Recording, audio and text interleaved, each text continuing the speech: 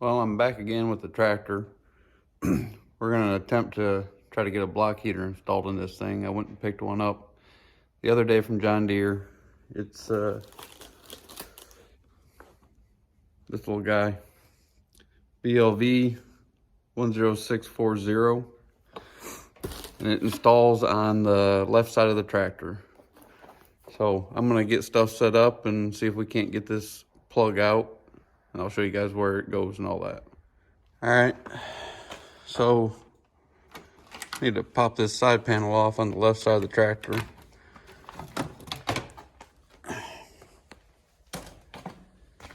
And down here under the exhaust manifold is a pipe plug. And I tried to go get a socket to fit that, and nobody around here I think has the socket for it. So what I'm going to use is a 1/2 inch drive extension, see if we can't get this thing out.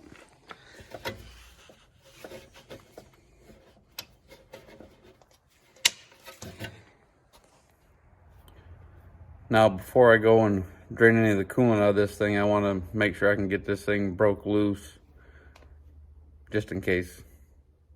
There is another panel underneath the side cover that you have to take off, and it takes a 10mm socket or wrench. Got one bolt here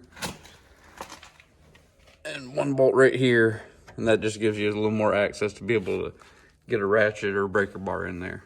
So I'm gonna go ahead and remove that guy.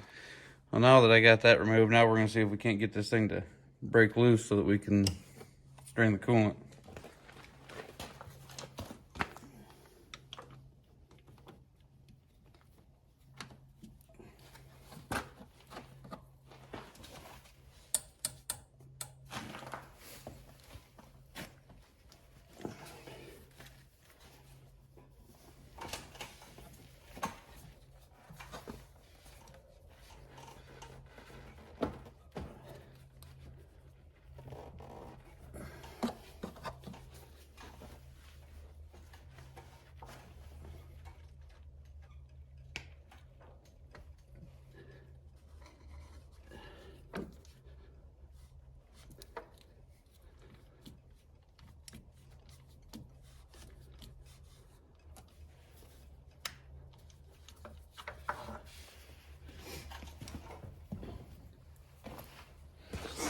Well, that wasn't so bad.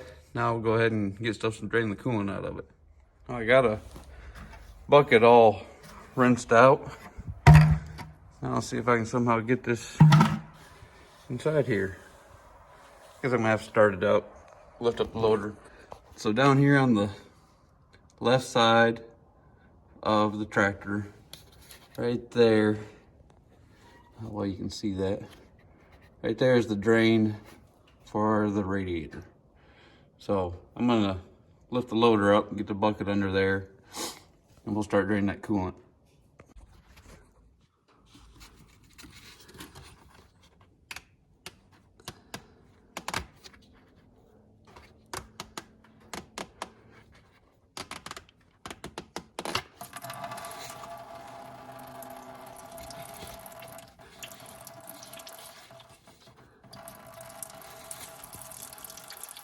Well, we'll give her a little bit to drain out. And we'll pull this plug on the side. All right there. Well, while we're waiting on this coolant to drain out, I'll open up this box, show you what you get. So you get a manual. I think it's in a couple different languages. Shows you how, or tells you how to replace this or install this heater. So you get heater element,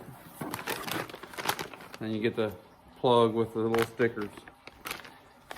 This thing was about $60. I probably should have had this done when I bought the tractor, but oh well. It gives me something to do right now. I am using a 1 3/8 1/2 inch drive socket to install this. and I'll be using Teflon tape on the threads.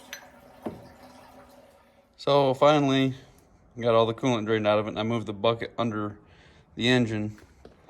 That way if we lose any by changing this, or pulling the plug out and putting the heater in, I'll catch that too. So we'll see how quick I can swap this out.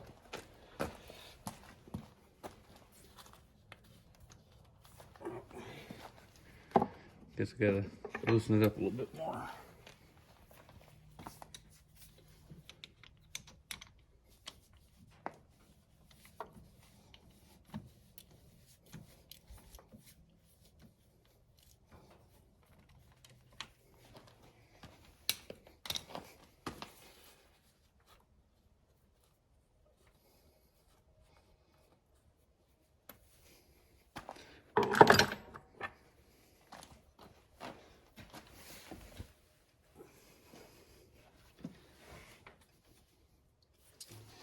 Maybe I'm not gonna be able to get this as fast as I thought.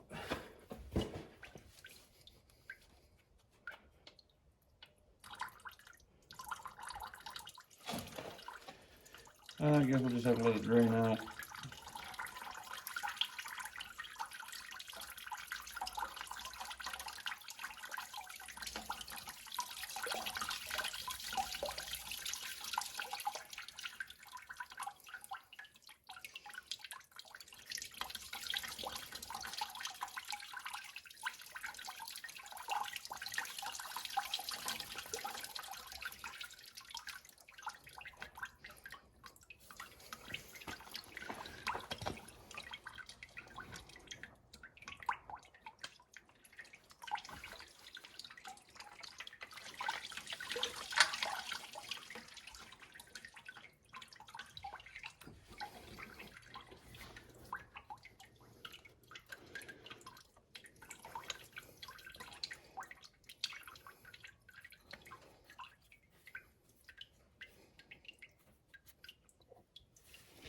Now, reading in the book, it did say to torque this to 55 foot-pounds.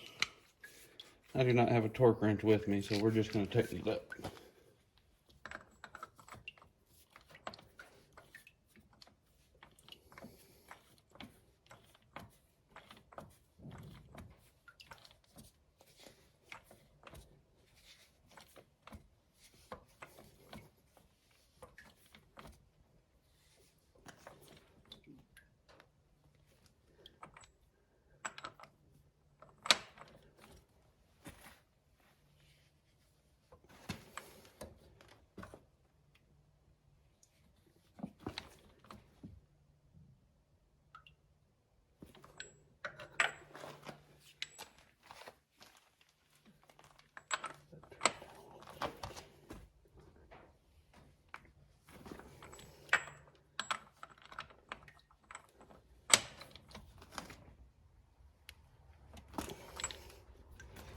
All right, now the fun part. Go and fill it back up with coolant. Well, we'll see how good I am since I got to bring a funnel.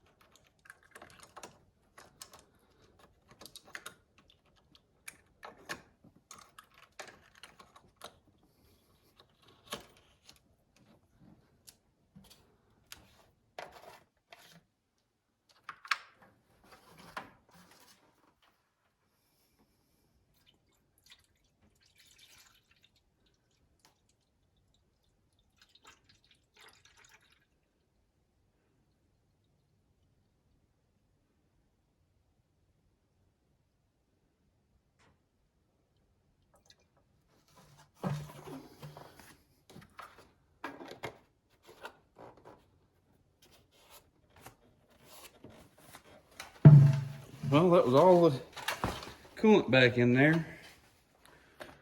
So all the coolant that I drained out, I was able to put back in. I did pick up an extra gallon of John Deere antifreeze. It's a 50-50 mix. It already has the anti-cavitation additive in the coolant. That's just sort of one thing to sort of think about. If you go to the auto parts, you'd have to get the additive to mix in there with it to keep it from pitting the cylinder walls or the water jacket side of the cylinder walls. So I'm gonna get this thing started up, let it get up to operating temperature, and then we'll recheck the coolant level. So I've let it warm up. And now I'm gonna let it sit for a little bit, cool back off, check that level. While it was running, did check it. We don't have any leaks, so that's a plus. So I guess a little bit more on this kit. It covers multiple tractors. Covers the 1 series, 2 series, 3 series, and 4 series tractors. And I'll include the model number of the heater in the description. So we'll let this thing cool back down, check this level. If all's good, and we'll put the side cover back on and go back to playing with it. Well, while I'm waiting on this thing to cool down, I got to looking up and reading some stuff under the hood. And it shows you your grease points. Well, it says the rear MFWD trunnion. Well, I really didn't know where that was at. And the 3-point. So some other things that I'm gonna end up having to grease on this thing. So I'll show you where that trunnion is and on the 3-point. Well, right here, another grease fitting that needs to be greased. And the other one, you have to climb up under the tractor. So we'll get down underneath here.